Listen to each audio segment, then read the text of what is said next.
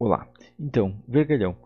Existem muitas coisas, truques, né, sobre vergalhão, métodos de cálculo e algumas coisas simplificadas deles que não é ensinado na teoria, tá? Então na faculdade muitas vezes não é ensinado, certo? E muitos engenheiros antigos que têm esse conhecimento não passam adiante, certo? Então, o que tem de especial nos vergalhões? Bom, primeira coisa, uh, temos vergalhão de 8, temos vergalhão de 10, temos vergalhão de 12. Não tem 14, mas tem 16, não tem 18, mas tem 20. Por que isso? Quer dizer que antigamente tinha de 14 e de 18, mas tinha pouca venda? Ou deu um problema na fábrica e não consegue mais produzir 14 e 18? Não, não é isso, tá? Existe uma lógica por trás do diâmetro de cada vergalhão, certo? E é uma lógica matemática logarítmica que dá umas propriedades bem interessantes para ele. Bom, primeira coisa então, vamos digitar aqui diâmetro teórico, tá? Então, diâmetro teórico do nosso vergalhão. Por quê? Bom, porque existe um cálculo teórico, né, para chegar bem próximo do diâmetro do vergalhão. E depois a gente ajusta um pouquinho para ter o valor real, certo? Então, qual é o diâmetro teórico do vergalhão? Sabendo que o menor vergalhão é o de 5 milímetros, certo? Existe uma fórmula para encontrar qual que é o próximo. Essa fórmula é, nós pegamos o vergalhão anterior, certo? E multiplicamos isso por 10 elevado na 0,1. Por que isso? Bom, porque aí, a cada 10 vezes que a gente passa, o número aumenta um zero, tá? Então, 5, se a gente pulasse 10 vergalhões, chegaria no 50. Claro, a gente não usa o 50, né? No máximo aí 32, 25, dependendo da obra, até 16 já é um absurdo, certo? Mas essa é a fórmula base, certo? Que também a gente usa em outras coisas também na engenharia, certo? Então, depois do vergalhão de 5 milímetros, nós teremos vergalhão de 6,3, certo? Descemos aqui até chegar no 32 milímetros, que também é um pouco arredondado, certo? Esses aqui são os valores exatos, né? Daí a gente tem o diâmetro real, né? Ou seja, a gente pega esses valores aqui e arredonda. Então, o diâmetro real é um valor bem próximo disso, certo? Então, a gente tem o ferro de 5, 5 é realmente 5. O 6,3 é 6,3 mesmo. O 7,9 a gente usa 8, o 10 a gente usa 10, certo? O 12,6 a gente usa 12,5, certo? O 15,8 a gente usa 16, o 19,9 a gente usa 20, o 25,9 a gente usa 25 e o 31,5 a gente usa 32, certo? Se existisse vergalhão de 40, 50, seria o mesmo princípio, tá? Inclusive, muitos desses valores a gente consegue encontrar em outras coisas. Por exemplo, se eu puxar isso aqui para baixo, eu tenho, por exemplo, o tamanho de canos. Eu tenho cano de 20, eu tenho cano de 25, eu tenho cano de 40, eu tenho cano de 50. Existe um padrão para essas peças que a gente usa em muitas outras coisas. A gente também usa valores desse mesmo padrão, por exemplo, em fios de elétrica, né? Então, fios elétricos é 1.6, 2.5, 4, assim por diante, certo? Então, existe um padrão aí que se repete muitas vezes, certo? O diâmetro real é esse. Qual que é a área de aço? Bom, a área de aço é uma fórmula também básica, né? Uma fórmula fácil de ser aplicada, mas que ela tem um padrão que a gente vai usar agora. Bom, que é o que? É o diâmetro, certo? Ao quadrado vezes π dividido por 4. E para converter a centímetro quadrado, dividido por 100. Então, 0,96 é a área de aço de uma barra de 5, certo? Uma barra de 6,3, 8, 10, chegando até o 32, tem um padrão também. Tá? Agora, nesse padrão, a gente tem o quê? Bom, a gente tinha o... Se a gente for colocar duas casas depois da vírgula, a gente tem o quê? A gente tem esse 0,5, que é equivalente a esse 5 com 0 a menos, tá? Quando eu pulo do 1 vergalhão aqui, na verdade aqui foi 5, 6,3, 7,9, 0,79, repete 2 vergalhões para baixo. 1,23, certo? Ser próximo do 12,6. Claro, próximo, né? Porque é arredondado, certo? Arredondar o mesmo valor. A gente tem o 2,01, que é equivalente a um zero a mais a barra de 20, certo? E assim por diante. Então, existe essa lógica dos valores, né? Que a cada duas vezes no diâmetro aumenta uma vez na área de aço, certo? Isso é uma equivalência também do logaritmo, certo? Bom, tendo isso agora, uma outra fórmula é o quilo por metro do vergalhão, certo? Bom, para calcular o quilo por metro do vergalhão, a gente poderia pegar o diâmetro do vergalhão, certo? A densidade do aço, o comprimento do vergalhão e tudo mais, e chegar no valor. Mas isso é uma fórmula mais simples, que é o quê? Bom, nós pegamos o diâmetro do vergalhão ao quadrado dividido por 162, certo? Então esse é o peso por metro de um vergalhão, certo? Então, por exemplo, o vergalhão de meia polegada, né, o 12,5 aqui, ele pesa 0,965 quilos por metro. E, claro, se multiplicar isso aqui por 12, vai ter o quilograma da barra de 12 metros. Certo? Então, se a gente tem 100 metros da barra de 8 milímetros, a gente tem 39,5 kg da barra de 8 mm, certo? Bom, a gente tem área de aço. Agora a gente pode aplicar uma outra fórmula, que é a área de aço de 2 barras, certo? A área de aço de 2 barras, fórmula muito simples, tá? Basicamente é a área de aço multiplicada por 2, né? Não tem muito o que esconder aqui, certo? Apagamos algumas casas aqui, só 2 casas depois da vírgula, tá bom? Certo? E temos aqui as propriedades para cada seção, quanto que dá 2 barras, certo? Próximo, a gente vai ter a área de aço de 3 barras. Então, além de 2 barras, a gente pode calcular a área de aço de 3 barras. A área de aço 3 barras, mesma coisa, a área de aço multiplicado por 3, certo? Também vamos colocar aqui 2 casas depois da vírgula, certo? E aqui está a área de aço para 3 barras. Isso aqui é uma tabela importante que a gente pode utilizar aí nas nossas obras, certo? Então, quer saber a área de aço de 3 barras? Interessante. Agora, qual que é o próximo? A área de aço de 5 barras. Então, a gente fez 2, a gente fez 3, a gente faz 5. Não seria 4? Não. Por quê? Bom, a gente viu um padrão aqui, né? Que a área de aço, ela pula 2 casas, né, para cada diâmetro que aumenta.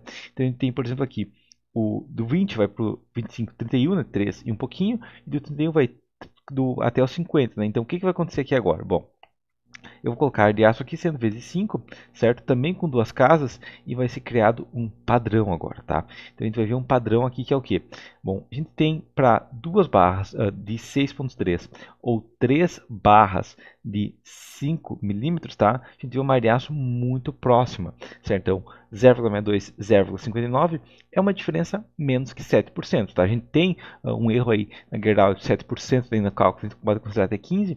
Então, essas 2 barras são praticamente equivalentes, certo? Agora, se eu tiver 2 barras de 8, 3 barras de 6,3 ou 5 barras de 5, eu novamente vou ter o mesmo padrão. Vou colocar agora em verde, certo? Então, 1 centímetro quadrado, 0,94, 0,98. A gente chega a valores bem próximos, né? Ou seja, essa armadura aqui é equivalente, certo? Mesma coisa agora para barra 2 de 10, 3 de 8 ou 5 de 6,3, certo? Agora vamos colocar, digamos, um azul, certo? Então, 1,57, 1,51, 1,56. A gente tem um padrão aqui, as diferenças são bem pequenas, certo? A gente tem uma diferença, claro, mas é uma diferença irrisória em relação aí à proximidade que a gente tem, né? Novamente aqui, para 2 barras de 12,5, 3 barras de 10 ou 4 barras de 8. Certo? Colocar agora aqui, digamos, no azul escuro.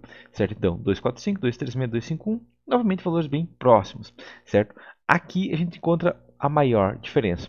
Certo? Que a barra de 12,5 que a gente arredondou um pouquinho para baixo ela, e a de 16 que arredondou para cima. Certo? Então, a barra de 2 barras de 16, que é 15,8 arredondado, vai dar 4 centímetros quadrados. 3 barras de 12,5 vai dar 3,68. E 5 barras de 10 vai dar 393. Aqui que está a maior diferença, né? Que vai dar uma diferença aí, né? Esse dividido por esse menos 1. Certo? A gente vai ter uma diferença aí de quase 10%. É uma diferença considerável? Sim, mas lembra que a gente usa um coeficiente de segurança de 15% no aço, né? E mesmo no pré-fabricado, com todo o controle de qualidade, ainda é usado 10%, certo? Então, são valores próximos, tá? Não é um absurdo, numa obra, a gente tem que, por exemplo, se conferir projetista, claro, mas mudar. Se eu tinha 2 barras de 12,5, colocar 3 de 10. Ou se eu tinha 3 de 10, colocar 2 barras de 12,5, se for necessário, certo? Novamente aqui, mesma coisa, tá? 2 barras de 23 de 16 ou 5 de 10, a gente vai repetir o mesmo padrão aqui, certo? Novamente aqui para 25, né? 3 áreas de aço aí muito próximas, certo? Podemos até repetir o padrão agora, certo? Mesma coisa para 32 e por fim a gente vai ter a mesma coisa aí para 32 comparado com valores maiores, tá? Então 24, 24, certo?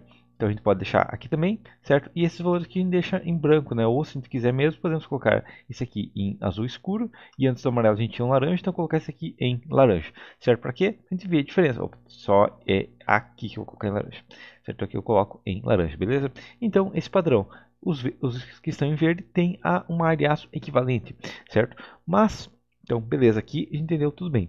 Mas tem alguns valores também que mudam aqui, né? Que é o quê? Bom, que é o comprimento de ancoragem. Claro, o comprimento de ancoragem deve ser calculado para cada caso, né? A gente tem valores bem complexos do comprimento de ancoragem, tá? Dependendo se for ancorar toda a armadura de uma vez só, tem valores aí um pouco diferentes, né? Mas a questão é que o comprimento de ancoragem pode ser simplificado muitas vezes, padronizado como um valor base, certo? Vai dar certo todas as vezes? Em casos específicos, com comprimento de ancoragem fraco, quando está ancorando todas as armaduras ao mesmo tempo, pode dar um problema, certo? Mas em todos os outros casos, né, que é um transpasse de uma barra ou outra, né, temos uma barra por vez, não é um problema, a gente pode utilizar como base, isso funciona desde FSK20, certo? O diâmetro da barra vezes 5 para quantos centímetros a barra tem que ser ancorada como base, certo? Então, no caso de uma barra, vamos puxar isso aqui para baixo, certo? Uma barra de 12,5. Bom, uma barra de 12,5 tem que ser ancorada 63 centímetros, certo? Uma barra, então, de 12,5, eu vou ancorar ela pelo menos aí 63 centímetros. Talvez, se eu chegar no escritório e quiser mesmo otimizar, eu posso pegar a calculadora, abrir e realmente ver, talvez nesse caso aí 50 centímetros seja o suficiente, ou 55 seja o suficiente, tá? Mas, se eu estou numa obra, deu transpasse de vergalhão, Pedrinho me pergunta quanto transpassa? 5 diâmetros, tá? É um valor aí muito bom, né? Que, a não ser em casos bem específicos, não vai ter problema. Em casos específicos mesmo, quando é 8 barras para ser ancorado ao mesmo tempo, quando algumas estão em feixe de barras, aí é um problema, né? Mas, todos os outros casos aí, a gente pode seguir essa ordem, certo? Então, a área de aço, muito fácil calcular. Quilo por metro vergalhão é basicamente o quadrado dividido por 162, certo? Isso aqui vai dar muito próximo da realidade, isso aqui tem um arredondamento pequeno, mas é menos que 0,1% de diferença, certo? A área de aço é 2, 3 e 5, a gente segue, na verdade seria 3,15 barras, né? Mas não tem como colocar 3,15, de 2 para 3, certo? Então, aumenta aí, podemos padronizar com 2, 3 e 5 barras para ter uma área de aço equivalente, certo? E o mesmo vale para espaçamento daí, né? Se eu tenho um espaçamento, digamos, de 8 cada 25, certo? Então 25 aqui. Se eu tivesse uma barra de um diâmetro antes, eu poderia trabalhar com a 6.3 cada 16, né? Eu volto duas casas aqui, ou a de 5 cada 10, tá? Então eu volto duas casas aqui, posso reduzir um diâmetro, ou seja, volto duas casas no espaçamento, posso reduzir um diâmetro, né? Isso, inclusive, pode ser usado durante o projeto para eliminar alguns diâmetros, né? Se eu tenho uma obra pequena, não compensa eu ter, digamos, barras de 5, 6.3, 8, 10, 12.5 e 16 na mesma obra, né? São 6 tipos diferentes, é muito fácil dar enganação, né? Ou o ferreiro se enganar, por exemplo, e colocar uma barra de 16 na pressão de 12.5, ou das sobras gerais, né? Sobrar um monte de toco de ferro que não adianta para nada.